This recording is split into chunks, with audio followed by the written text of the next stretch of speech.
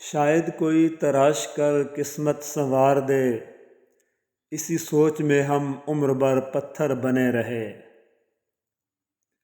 نہیں ایسا ہرگز نہیں کہ غائل نہیں ہوں میں، بس دکھوں کی نمائش کے قائل نہیں ہوں میں۔ درخت جتنا اونچا ہوگا اس کا سایہ اتنا ہی چھوٹا ہوگا، اس لیے اونچا بننے کے بجائے بڑا بننے کی کوشش کیجیے۔ عاجزی اختیار کریں، کیونکہ انسان کی اکڑ خدا کی پکڑ پر ختم ہو جاتی ہے۔ کوئی آپ کے لیے دروازہ بند کرے تو مسکرا کر اسے بتائیں کہ کنڈی دروازے کے دونوں طرف ہوتی ہے۔ تنہا ہو جانا نظر انداز ہونے سے بہتر ہے۔ زبردستی کسی پر مسلط ہونے سے لاکھ بہتر ہے کہ اپنی ذات کے ٹوٹے ہوئے ٹکڑے اٹھائیں اور الگ ہو جائیں۔ مجھے برداشت کی نصیحت نہ کیجیے، بلکہ میری جگہ آئیے اور برداشت کیجیے۔ وہ لوگ آپ کی دوریوں کے ہی قابل ہیں جنہوں نے آپ کی نزدیکیوں کی قدر نہیں کی۔ اللہ بہتر کرے گا، یہ وہ الفاظ ہیں جس سے انسان کی آدھی پریشانی دور ہو جاتی ہے۔ اے معجزات کرنے والے الرحمن، میرے نازک وقت میں مجھے اکیلا نہ چھوڑ، میرے مایوس دل کی صدا سن لے، میرے معبود میری مدد فرما۔ خاموشی سے بڑی کوئی چیخ نہیں ہوتی۔ بہت پرواز کر بیٹھے، خدا ناراض کر بیٹھے۔ سکون کی تلاش میں کیوں میں در بدر پھروں، کیوں نہ میں کچھ یوں کروں کہ رب سے گفتگو کروں، اسی سے آرزو کروں۔ مان وہی توڑتے ہیں جنہیں اپنا مان لیا جائے۔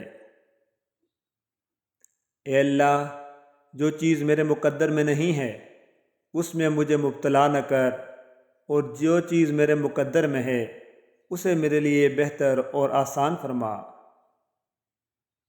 سب سے بڑی دیانتداری اپنا محاسبہ کرنا ہے۔ لوگوں کے دل آپ صاف نہیں کر سکتے، مگر اپنا دل صاف رکھنا آپ کے اختیار میں ہے۔ ہم سب کچھ برداشت کر لیتے ہیں، مگر اپنوں کے لہجوں سے مسلسل ٹپکتی بیزاری اور تلخ رویے ہمیں توڑ کر رکھ دیتے ہیں۔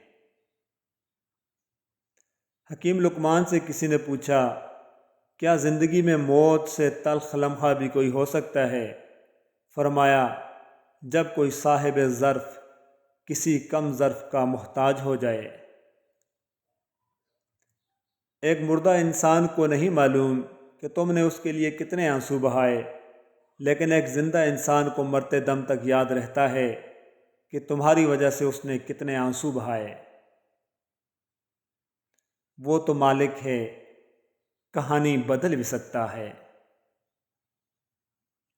حسد کا کوئی فائدہ نہیں، بلندیاں اللہ کی ذات دیتی ہے۔ کپڑے جسم کو ڈھانپ لیتے ہیں، مگر گفتگو ایک پل میں انسان کی اوقات دکھا دیتی ہے۔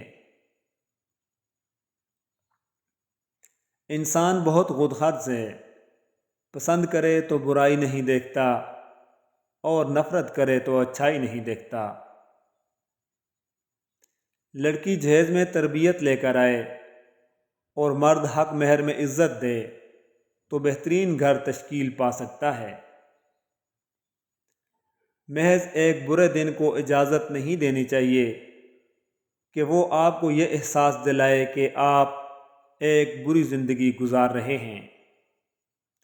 مانا کہ بیٹیاں اللہ پاک کی رحمت ہوتی ہیں، مگر بیٹے بھی ماں کی جان اور بہنوں کا مان ہوتے ہیں۔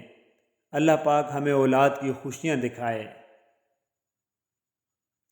اللہ کے لیے جینا انسانوں کے لیے مرنے سے بہتر ہے، بلکہ بہت بہتر ہے۔ ایک پتھر کی بھی تقدیر سنور سکتی ہے، شرط یہ ہے کہ سلیقے سے تراشا جائے۔ انسان کوئی لفظ زبان سے نہیں نکال پاتا، مگر اس پر ایک نگران مقرر ہوتا ہے، ہر وقت لکھنے کے لیے تیار۔ انسان کی فطرت ہے وہ کسی بھی چیز کی دو بار قدر کرتا ہے، ملنے سے پہلے اور کھو دینے کے بعد۔ ہو سکتا ہے کسی شخص کی نیت درست ہو، لیکن اس کا عکس دکھانے والے کی نیت ٹھیک نہ ہو، لہذا ہر سنی سنائی بات پر یقین مت کیا کیجیے۔ لاحول بھی پڑا دم بھی ہزار پھونکے، چھوٹی نہ جان پھر بھی کافر تھا عشق میرا۔ آپ کو ہمیشہ ایسے آدمی کی نصیحت پر عمل کرنا چاہیے جو آدمی خود اپنی نصیحت پر عمل کرتا ہو۔ زندگی مسلسل جدوجہد اور جستجو کا نام ہے۔ اللہ ہر پرندے کو رزق دیتا ہے مگر اس کے گھونسلے میں نہیں ڈالتا۔ گفتگو کیجیے مگر احتیاط کے ساتھ، لوگ مر بھی جاتے ہیں الفاظ کے ساتھ۔ زندگی کی الجھنوں سے فرار چاہیے، مجھے بچپن کا ایک دن ادھار چاہیے۔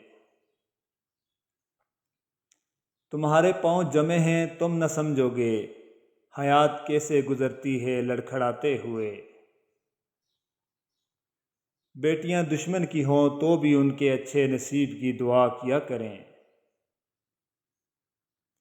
معاشرے میں تبدیلی تبھی ممکن ہے جب ہر شخص اپنی اصلاح میں لگ جائے۔ غم اور پریشانیاں ہر ایک کی زندگی کا حصہ ہیں، بس جس نے اپنی پریشانی پر قدم رکھا وہ جیت گیا، اور جس نے پریشانی کو سر پر سوار کیا وہ ٹوٹ گیا۔ اڑنے دو ابھی پرندوں کو شوخ ہوا میں، پھر لوٹ کے بچپن کے زمانے نہیں آتے۔ مجھ کو جو ایک دن کی حکومت جو میسر آئے، مفلسی بانٹ دوں اس دور کے آقاؤں میں۔ اے اللہ عز و جل، ہمیں اپنی محبت اور اپنی تمام مخلوقات کی قدر اور محبت کرنے کی توفیق عطا فرما، آمین۔ پرندے بھی چھوڑ گئے ہیں چمن تیرا، باغباں کو جو محبت کا سلیقہ نہیں ہے۔ نہ ڈر ہے خزاں کا نہ ہے خوشی بہار کی، حیوان ہو تم جو جینے کا طریقہ نہیں ہے۔